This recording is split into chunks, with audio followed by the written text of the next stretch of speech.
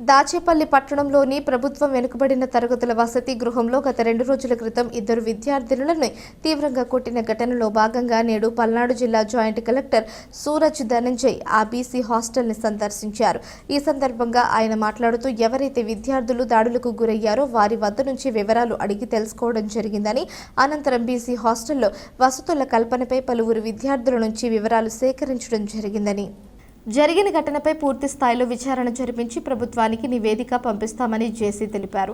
అదేవిధంగా ఘటనకు కారకులను కఠిన చర్యలు తీసుకోమని, అన్ని కళాశాలలో యాంటీ ర్యాగింగ్పై పోలీస్ శాఖ తరపున కౌన్సిలింగ్ ఇవ్వమని పోలీస్ శాఖను ఆదేశించారు. ఈ కార్యక్రమంలో గురజాల ఆర్డీఓ మురళి, దాచేపల్లి తహసీల్దార్ శ్రీనివాస్, సిఐ భాస్కర్ తదితరులు పాల్గొన్నారు. కలెక్టర్ గారు ఇన్స్ట్రక్షన్ ఇచ్చారు. విజిట్ చేసి ఇష్యూ జరిగిన తర్వాత ఏమేమి మనం చర్యలు తీసుకున్నామో అది చూసుకొని దాని ఇన్స్పెక్షన్ చేయమన్నారు.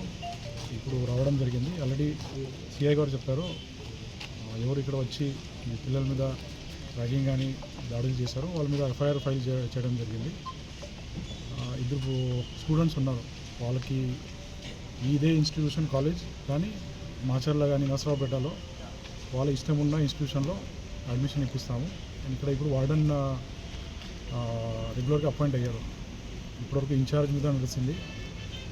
కొంచెం సూపర్విజన్ తక్కువ ఉండేది. ఇప్పుడు రెగ్యులర్ ఆయన వేసాము. వాచ్మెన్ కూడా ఇస్తాము.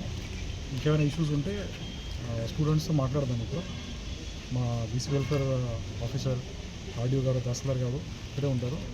ఆల్రెడీ కాలేజ్లో కూడా వెళ్ళి పోలీస్ వాళ్ళు, రెవెన్యూ వాళ్ళు అందరూ స్టూడెంట్స్తో మాట్లాడి ఇంకేమైనా ఇష్యూస్ ఉన్నాయా, ఇట్లాంటి ఏమైనా ఇష్యూస్ గతంలో జరిగిందా, ఇట్లా ఏమైనా ఉందా ఆల్రెడీ మాట్లాడడం జరిగింది.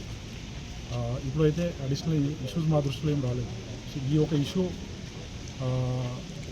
ఒక పెద్ద ఇష్యూ ఇది దృష్టిలో తీసుకొని అన్ని కాలేజెస్లో, అన్ని ఇన్స్టిట్యూషన్స్లో మేము డిస్ట్రిక్ట్ వైడ్ ఇట్లాంటి ఇష్యూస్ జరగకూడదు. పోలీస్ సైడ్ నుంచి కూడా ఎడ్యుకేషన్ డిపార్ట్మెంట్, రెవెన్యూ డిపార్ట్మెంట్ అందరూ స్టూడెంట్స్తో కౌన్సిలింగ్ చేసి ఇది జరగకుండా చూసేలాగా నేను చూస్తాను.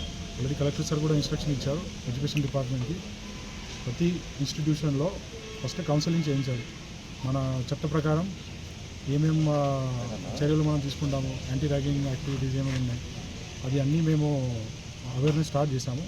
అట్లాంటి ఇష్యూస్ మళ్ళీ రాకూడదు అండ్ అది మళ్ళీ రాదు కూడా, అది మేము ఇన్షూర్ చేస్తాము ఇప్పటి నుంచి. Thank you.